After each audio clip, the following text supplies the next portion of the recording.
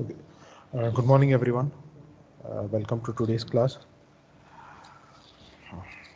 Third lesson of module number 3,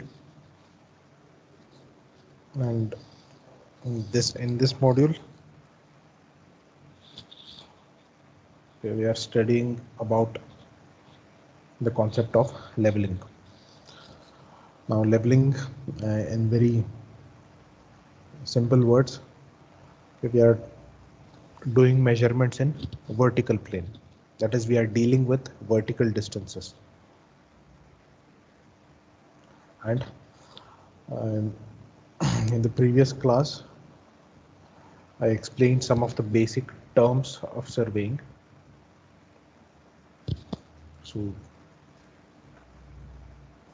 some of the basic terms of surveying were level line, horizontal line, vertical line, benchmark, reduced level, mean sea level. So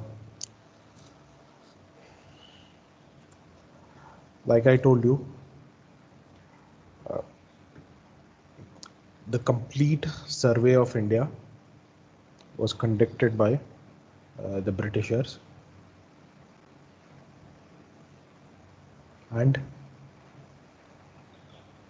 it was done from 1799 to 1900, almost 100 years, more than 100 years. And they have established, they have measured horizontal distances, vertical distances, and they have established some points whose vertical distances are known. The most important thing I want you to know is, the most important term I want you to know is that elevation. What is elevation? What is the meaning of the elevation? Elevation means, if elevation means it is the vertical distance of that particular point from the mean sea level. I gave you an example of Mount Everest. When I say elevation of peak of Mount Everest is, if this is Mount Everest and this is sea level. When I say elevation of Mount Everest is 8,848 meters,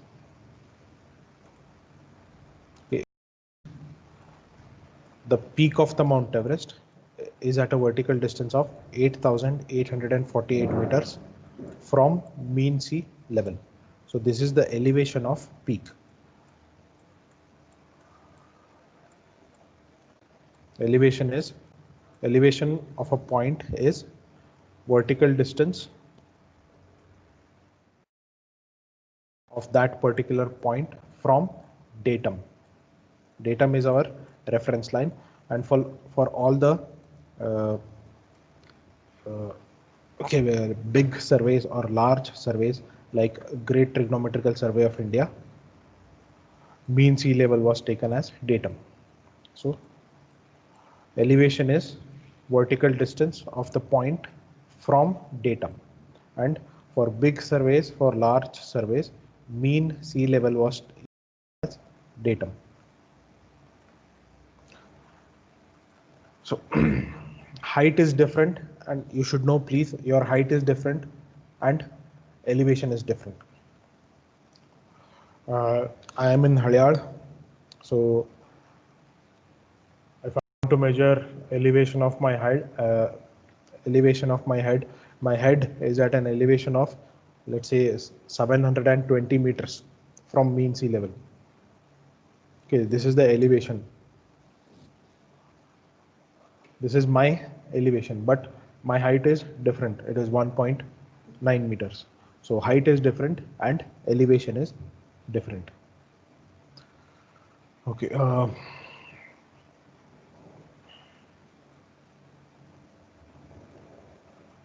And elevation, it is also called as reduced level or RL.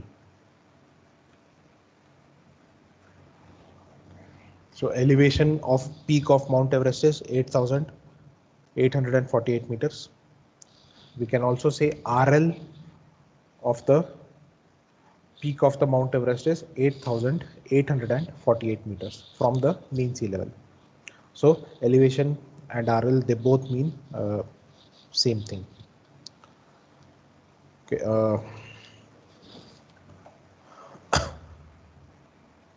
And datum is nothing but a reference line or a reference level from which all the elevations or RLs of the points are measured.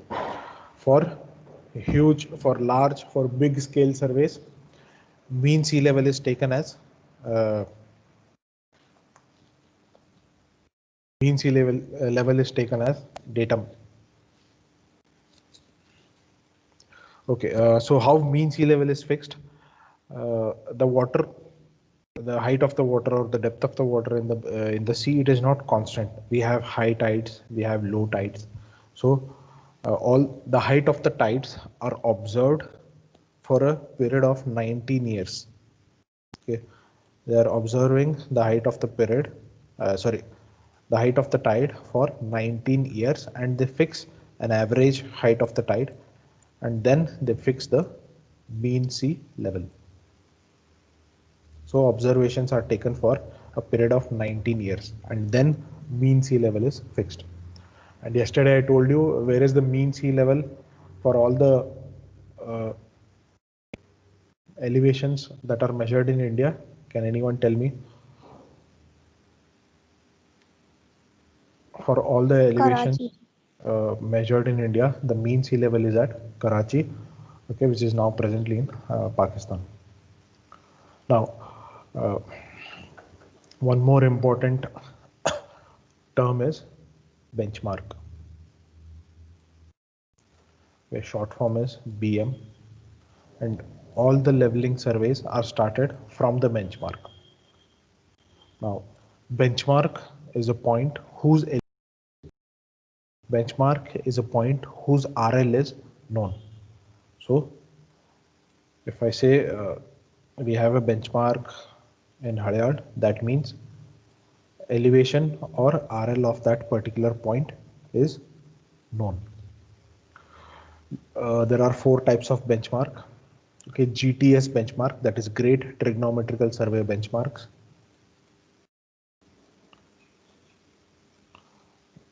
Next is permanent. These were fixed by the surveyors who conducted the Great Trigonometrical Survey of India.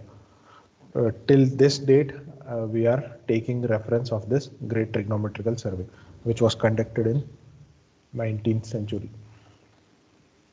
The next type of benchmark is permanent benchmark. Okay, these are fixed by the state government departments like PWD or irrigation department, agriculture department, etc.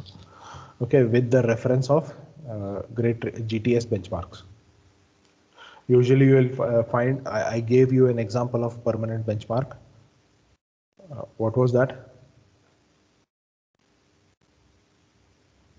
Example of a permanent benchmark. Anyone?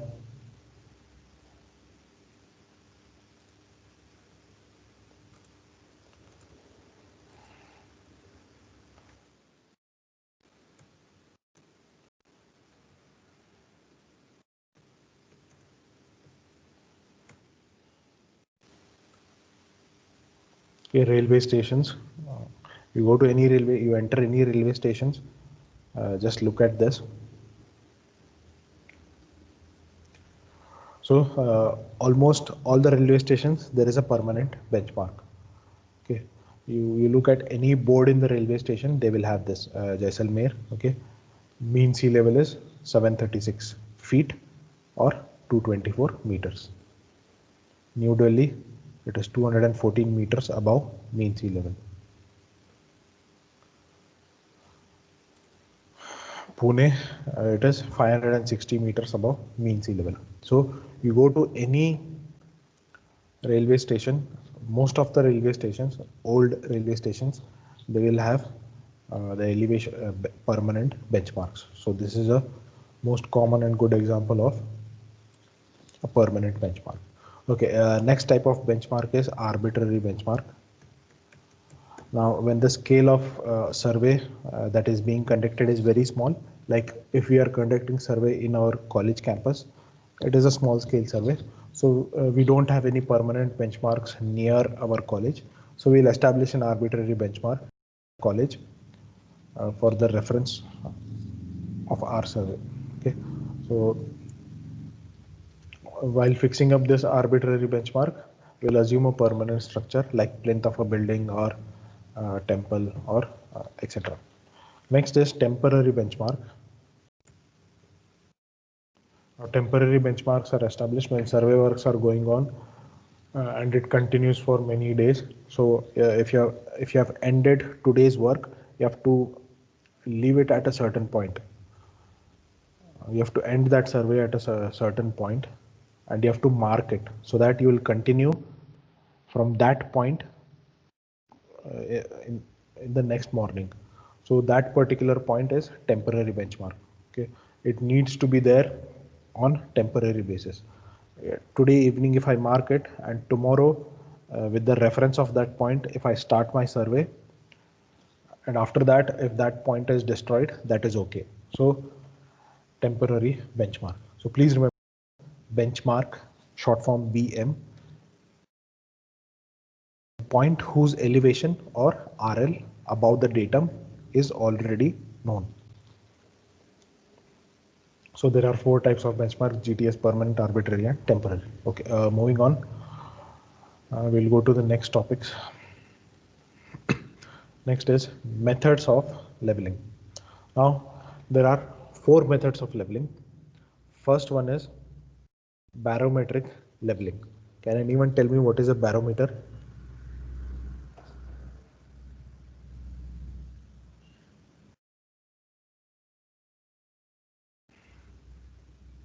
General question, not related to, it is not a technical question.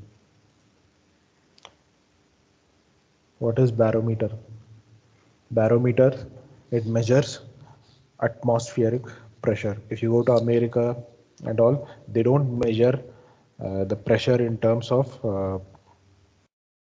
kilonewton per meter square or newton per centimeter square, kg per centimeter square. They measure pressure in terms of barometric units. Okay. So barometer is an instrument which measures atmospheric pressure. Okay. So elevation.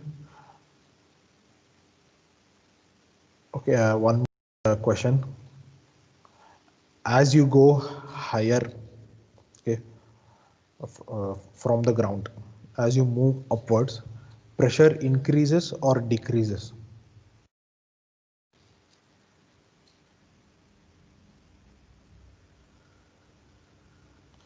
As you go higher from the ground level, atmospheric pressure increases or decreases? Decreases.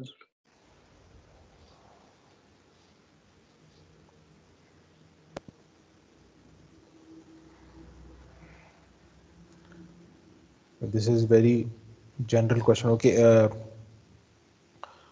so elevation of a point. Okay, atmospheric pressure at any point depends on its elevation from the mean sea level. So uh, a correlation was made between the atmospheric pressure and elevation of that point. So if you measure barometric pressure at a certain point, you can approximately calculate its elevation above the mean sea level. So this is called as barometric leveling, and this is a very rough method of estimating the levels, and nowadays this method is not used.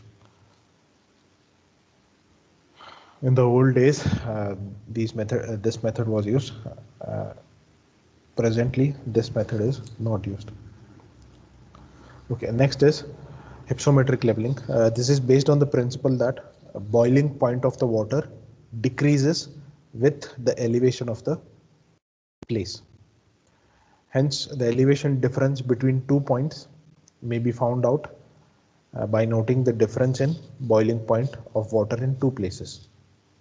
Okay, this is also an obsolete method and it is only used for exploratory survey where you can't take any instruments,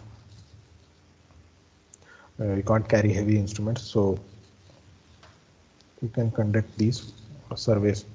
But nowadays, no one conducts these surveys. Next is direct leveling. Okay, this is the most common form of leveling used in almost all the engineering projects. In this method, horizontal site is taken on a graduated staff and the difference in level of line of sight. And okay, I'll just show you an example. So let's say this is the ground level. Okay, so I'll set up an instrument here, leveling instrument.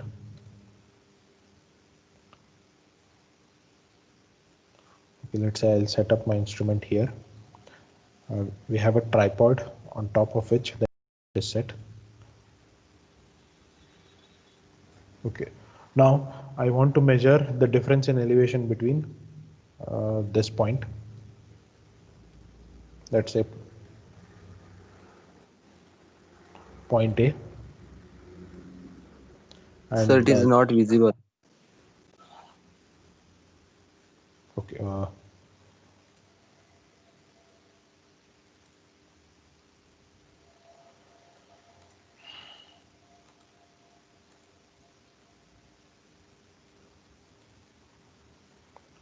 so this is the ground profile, point A, and I have point B here.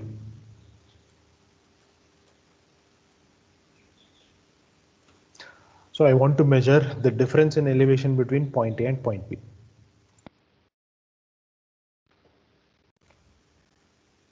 So I'll take a graduated staff. Okay, in this graduated staff, readings are marked. Let's say this is 1 meter, 2 meter, 3 meter, and this is 4 meter staff. So I'll take this staff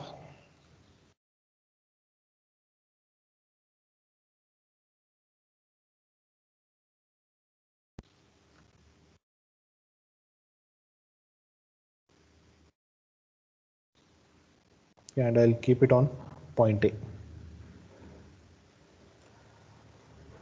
And from the instrument, I'll sight this point.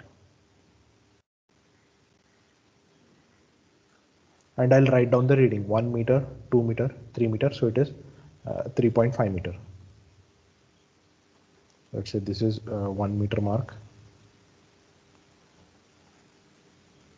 And this is 2 meter mark.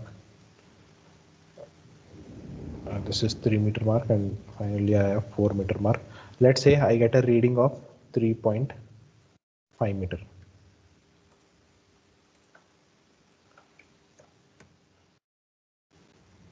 Next, I'll take the staff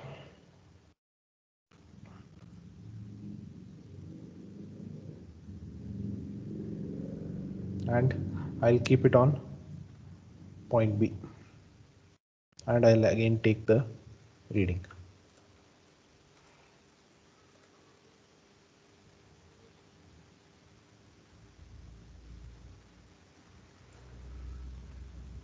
Okay, let's say it is 0.2. The reading is 0.2. So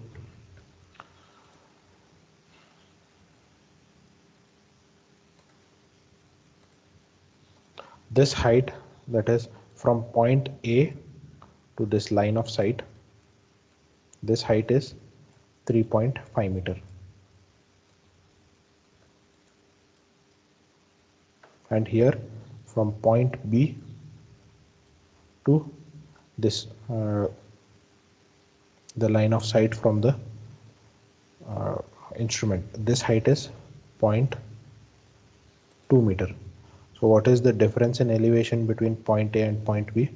Difference in elevation is this difference.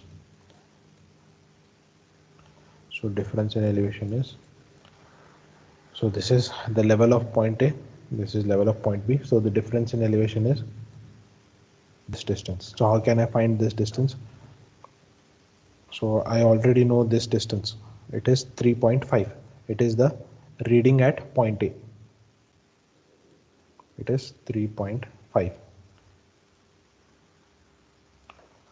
Yeah. So this difference is given by 3.5 minus 0.2. So in direct leveling, we are using a level instrument and we'll keep a graduated staff on the points where we want to find the difference in elevation. And if you take the difference of readings between both the points, we'll get the difference in elevation between both the points, which is 3.3.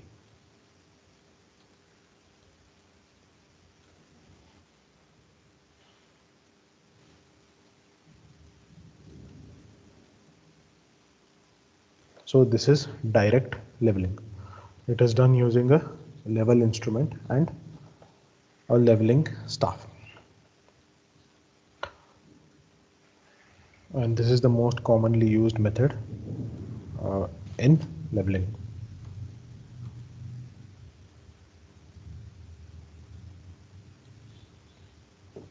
So we'll deal with this type of leveling completely in this module.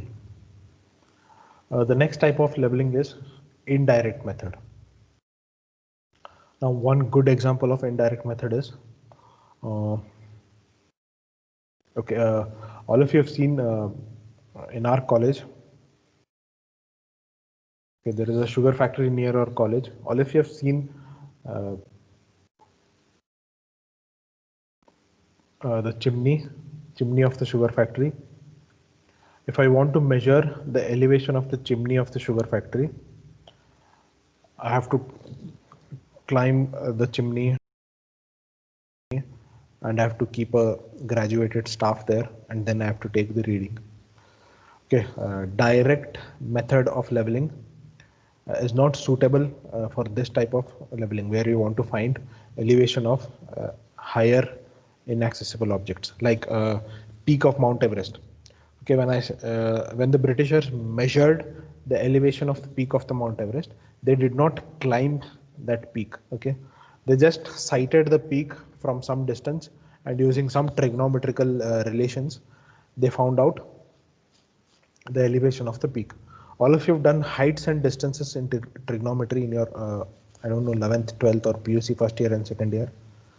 Okay, that concept is used here in indirect leveling. Okay, so if you want to measure the elevation of the peak of the Mount Everest, you don't have to scale the peak. You don't have to take a graduated staff and keep it on the peak of the Mount Everest and take the reading. No. You can measure the elevation of the peak of the Mount Everest several kilometers far away from the peak. All you have to do is sight the peak of the Mount Everest. That's it. So using some trigonometrical relations, you can measure the elevation of that point. Now we'll deal with the indirect methods in your next semester. That is in advanced surveying, second part of the leveling. So in this semester, we'll only be dealing with direct leveling. So we'll take a leveling instrument and we'll take graduated staff and we'll do the survey. So you should know what are the different leveling instruments involved. The first and the most important instrument is the level. Okay.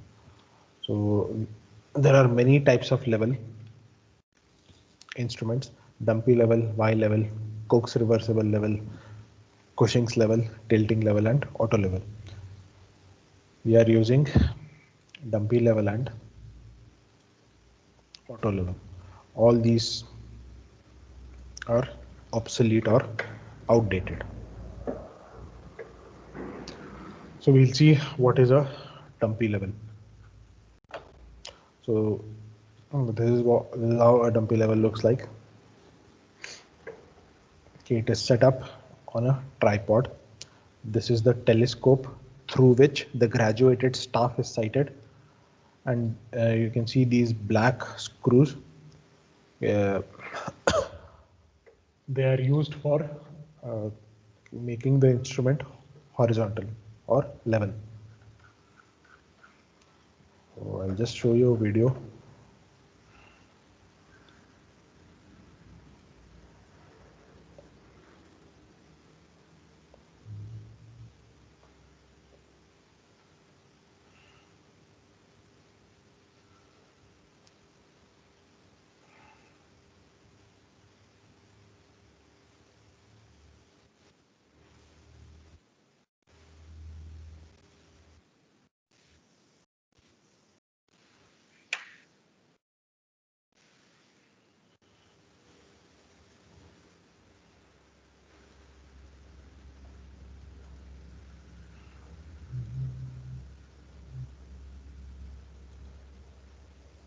Okay, can you see this video?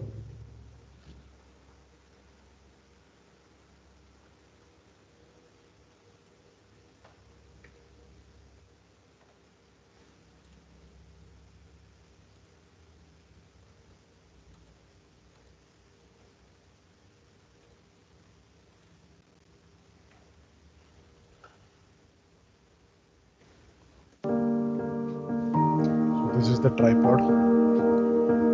A dumpy level, it is always kept in a box, and the length of the legs of a tripod, they are adjustable. You can decrease or increase it according to the surveyor.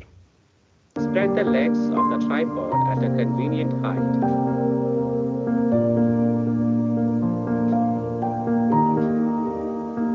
Then adjust two legs for a convenient position and fix into ground.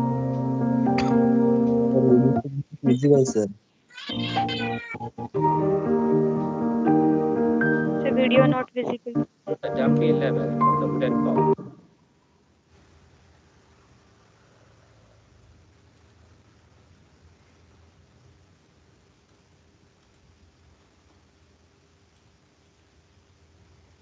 Is it visible now?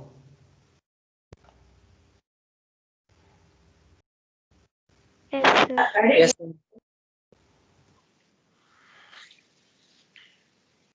Yes, sir.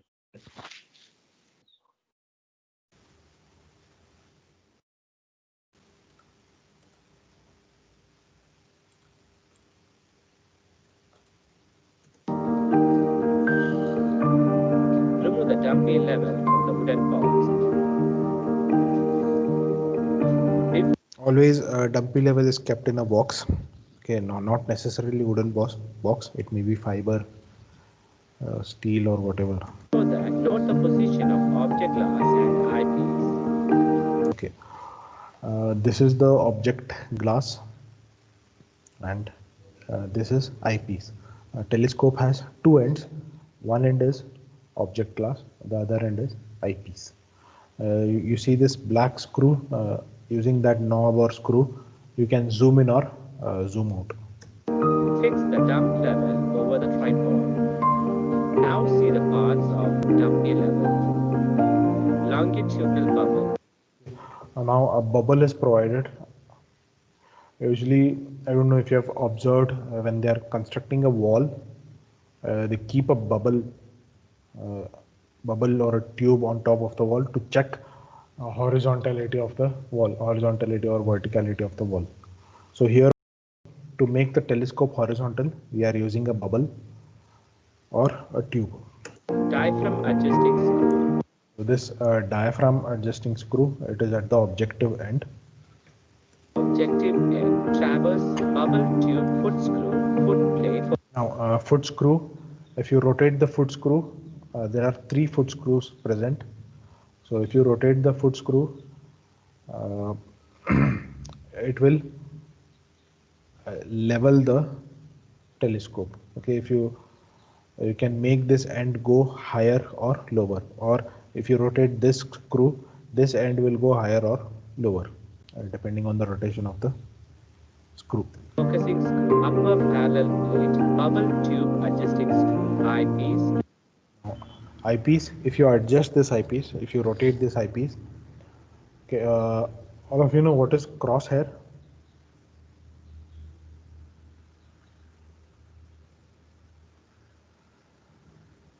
Crosshair, if you have played some shooting game and all, you'll get a plus mark. So that plus mark is nothing but your crosshair.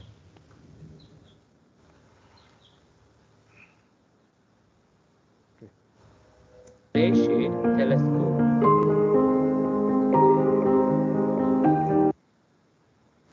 So that is a brief video on your dumpy level.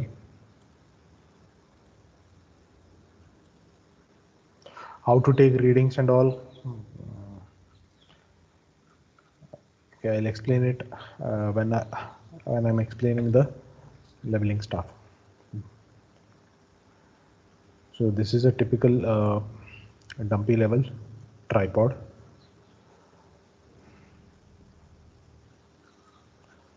Okay, next Y level. Okay, it is called dumpy level because originally when this telescope was manufactured, all the readings were inverted. That's why it was called as the dumpy level. So it is a short and stout instrument. It is a very compact, small instrument. Okay, and it can be connected to the tripod through a vertical spindle. Hence, the level tube cannot move in the vertical plane. It cannot be removed from its support. Hence, the name dumpy level. Okay, we'll go to the next type of leveling instrument, that is Y level. In this type of level, the telescope is supported in two Y-shaped supports, and it is fixed with the help of curved clips. Now the clips can be opened and telescope can be reversed end to end. Okay, to reverse the telescope, you can reverse the telescope in Y level. Okay, if you want to reverse it, there are curved clips provided. If you remove those clips, you can flip the telescope in the opposite direction. Okay, the advantage of this level is if the readings are taken in both the directions of the telescope, some of the errors are eliminated. You will know how what errors and which type of errors are eliminated in the subsequent classes. Next is Cook's reversible level. Now in this instrument, the telescope is supported by two rigid sockets in which telescope can be introduced from either end and then screwed. Okay, for taking readings in the reversed position, the screw is loosened and telescope is taken out and reversed end to end. So in Y level, the telescope is flipped. Here also same thing is happening. You can reverse the telescope and take the readings in opposite direction. Next is Cushing's level. In this, reversing of the telescope is achieved by interchanging the eyepiece and objective. Okay, eyepiece and objectives are interchanged, and then you can take the readings in opposite direction. Tilting level. Okay, in this telescope can be tilted about 4 degrees with the help of a tilting screw, and hence the bubble can be easily centered. But for every useful number of readings taken are or else will become the only few things that's okay, but are to be getting so becomes tedious work. Last is auto level. This is the most modern equipment in this leveling instrument.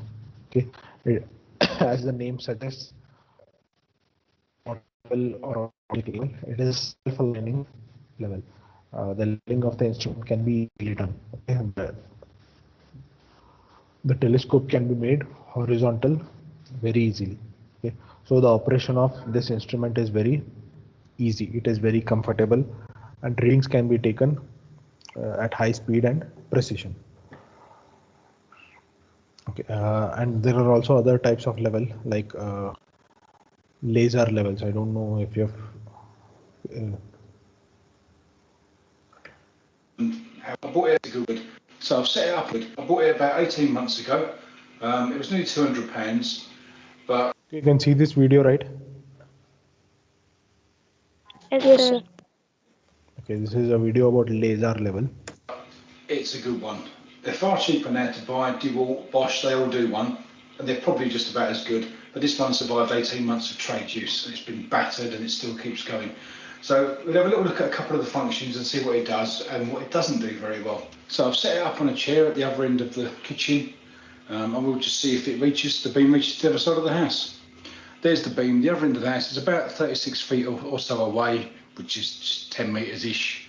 Even outside, we find we can still use the level as long as we just shade it a little bit. Then you can actually see the line. You can't see in between, but you can see the bit you're working on.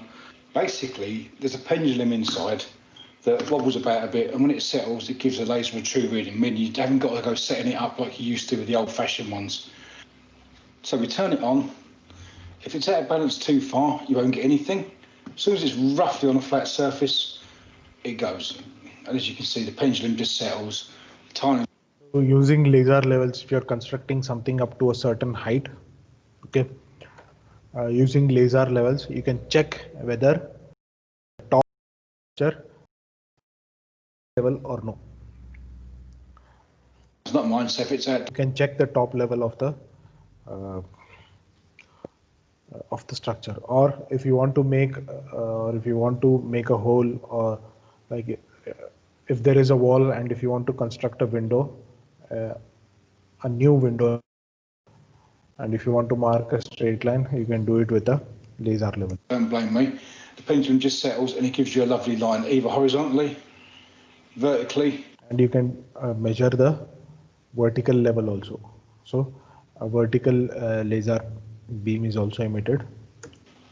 Or both.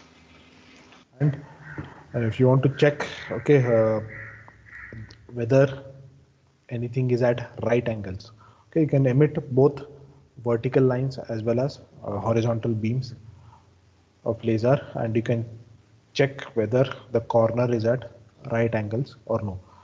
So this is a laser level. Okay, so this is one more type of leveling instrument, laser level, but you cannot measure elevations with the laser level. Okay,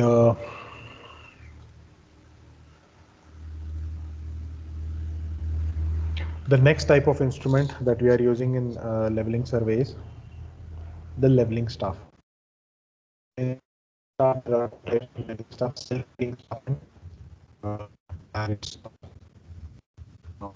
This is a self-reading staff. Okay, in a self-reading staff, the reading okay by us looking through the telescope, and the readings are marked on the staff. Like okay, this is a self-reading staff, so you can easily read the instrument. This is 1 meter, 1.1, 1.2 meter, 1.3 meter, 1.4. So this is a self-reading staff. If you're looking at this staff through the instrument, you can take the readings.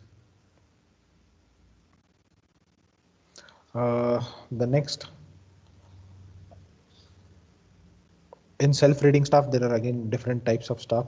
Solid staff, it is a single piece. Okay, its height is fixed. It cannot be folded, or the height of the staff cannot be reduced.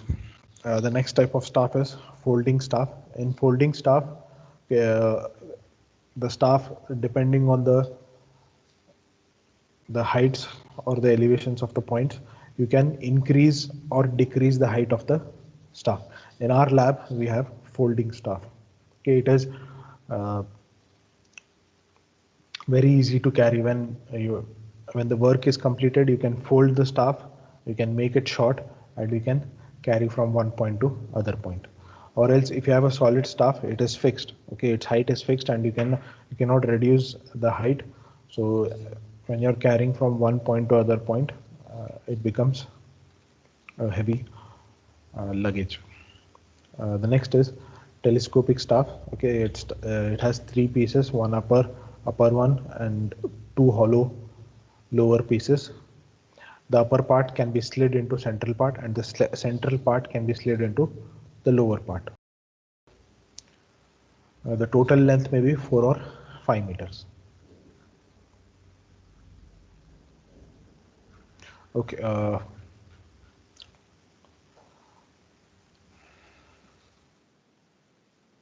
So this is a staff, and how to take readings. So this is 1 meter, 1.1 meter. Again, between 1 meter and 1.1 meter, there are again 10 graduations. You can see here. So this is 4.3 meter, 4.4 meter, 4.5 meter.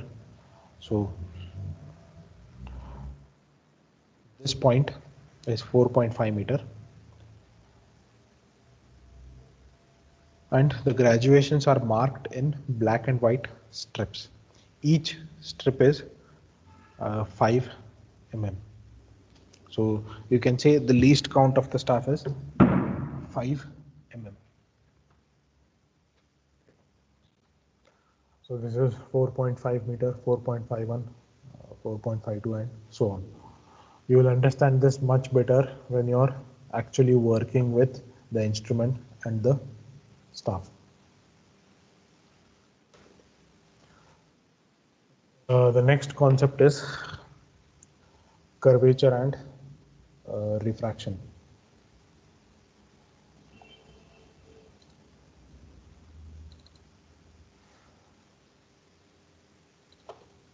There are two general. You just watch this video, you'll understand that concept, and we'll also solve problems on this concept. You'll understand it much better when you're solving the problems. Classifications of surveys: geodetic and plane. When measuring a small area, such as surveying for a small construction job, the area is assumed to be flat, aka the survey occurs on a flat plane. This is a plane survey. Because the world is not flat, vertical error results from this assumption. Over a distance of 300 feet, this error would only be 0.002 feet, negligible even for very precise projects. Along a 5-mile survey distance, however, this vertical distance error would be over 14 feet. When surveying a large area, such as a long highway or an entire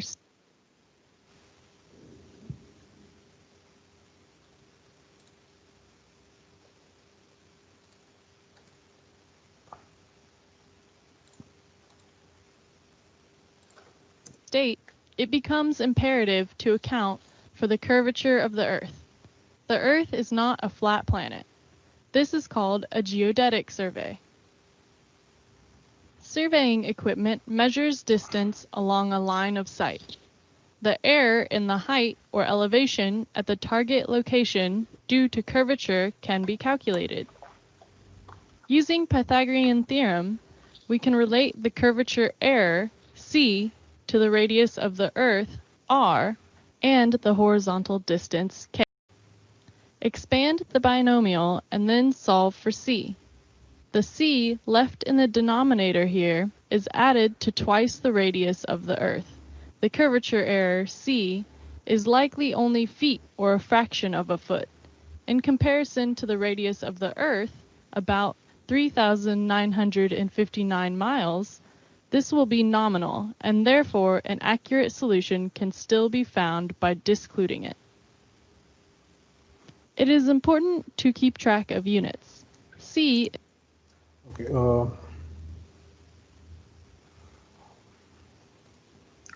Earth is curved, it is not flat.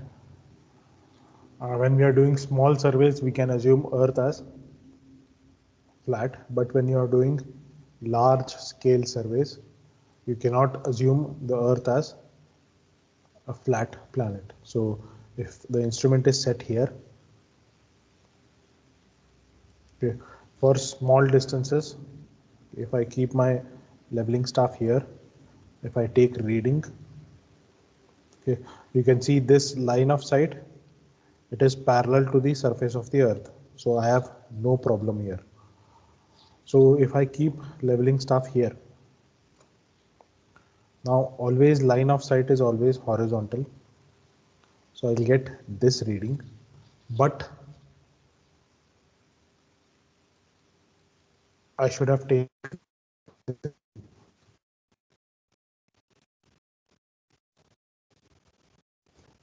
the true reading that I have got. But because of the edge effect, I'm getting this reading.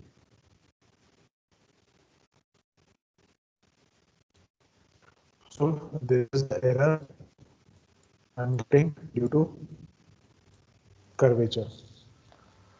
So this, when you're taking distances for more than 1 kilometer or something, then you will get this error. If the distances are very small, then this error is very small and it can be neglected. So this error is due to curvature of the Earth. Okay. This must be the actual reading. This is our level line. So you have to take reading along the level line. You shouldn't take it along the horizontal line. Okay, level line is a line which is parallel to the surface of the Earth. So this is the error due to curvature of the Earth, CC. And also light bends, okay, when it travels through the atmosphere. Okay, density of atmosphere varies from place to place, and this bending of light is refraction of light. Okay, due to refraction, this line of sight also bends a little bit. That is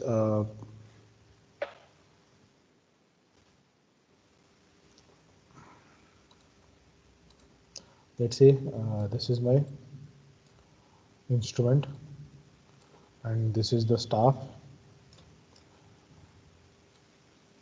Now this should be my line of sight, perfectly horizontal, but because of refraction, this line of sight, which is nothing but a ray of light, it bends.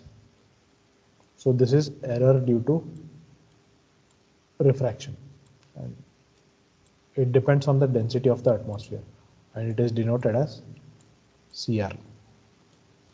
And this is error due to refraction, and this must be my if this is the level line,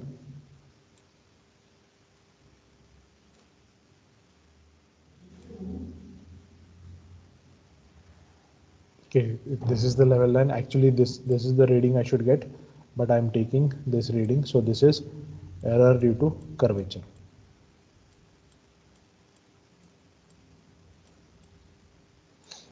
Due to curvature, the reading I'm getting, actually this is the reading I should get, but due to curvature of the Earth, I'm getting this reading.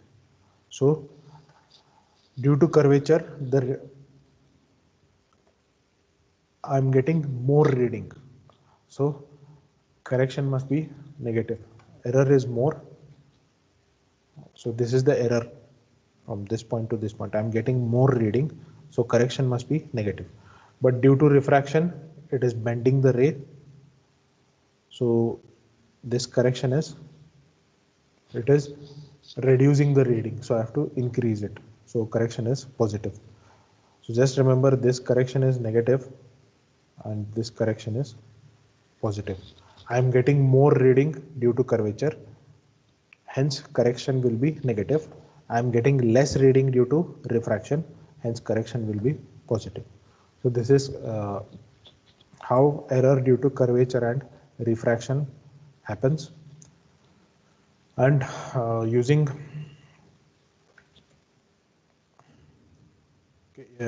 this, if you are deriving the R is the radius of the earth, C is the error due to curvature. Okay. If you apply Pythagoras theorem to this triangle, K is the horizontal distance between the leveling instrument and the point. So if you apply the Pythagoras theorem, R plus C, so this is R plus C hypotenuse square is equal to R square plus K square. If you simplify this, you will get this equation. Error due to curvature is equal to K square. K is nothing but distance divided by 2R. R is the radius of the earth. So on the same can be written as this. D is the distance between the level and the point. So D square divided by 2R. R is the radius of the earth. If you substitute the radius of the earth, that is radius of the earth is 6,370 kilometers, then you will get this equation, 0.07849 D square. So if you want to calculate error due to curvature in any reading, you can calculate it using this formula, 0.07849 D square. D is distance between the level and the point. Similarly, error due to refraction can be calculated. We are assuming that error due to curvature is 1/7 of the error due to curvature. Error due to refraction is assumed as 1/7 of the error due to curvature. So if you do the calculation, this is the error. And I told you error due to refraction is positive. Error due to refraction is negative, hence correction will be positive. Error due to curvature is positive, hence the correction will be negative. So if you take the combined effect, it will be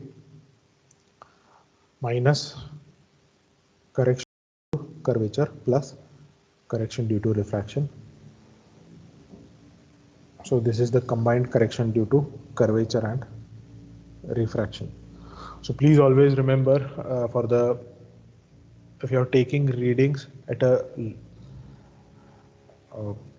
large distances like 1 kilometer, 1.5 kilometer, then there is a small error in your reading, and that error is due to curvature of the earth and refraction of the light. So error due to curvature of the earth is calculated as this, minus 0.7849 D square, and due to refraction is 1/7 of that value. And if you want to calculate the combined correction, it is 6/7 D square by 2R.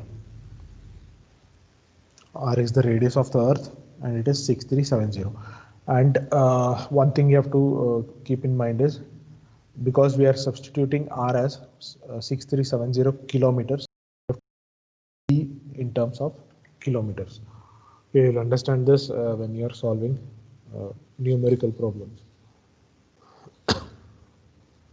So this is about different types of levels and leveling staff. And if you are taking readings, what type of error occurs, and these errors becomes significant when it is taken over a large distance, like 1 kilometer, more than 1 kilometer. If it is less than that, then you can neglect this error. You don't have to correct all the readings taken. Okay, so this is regarding the instruments used in the leveling and what are the errors of the readings taken from the leveling on the leveling staff. Okay,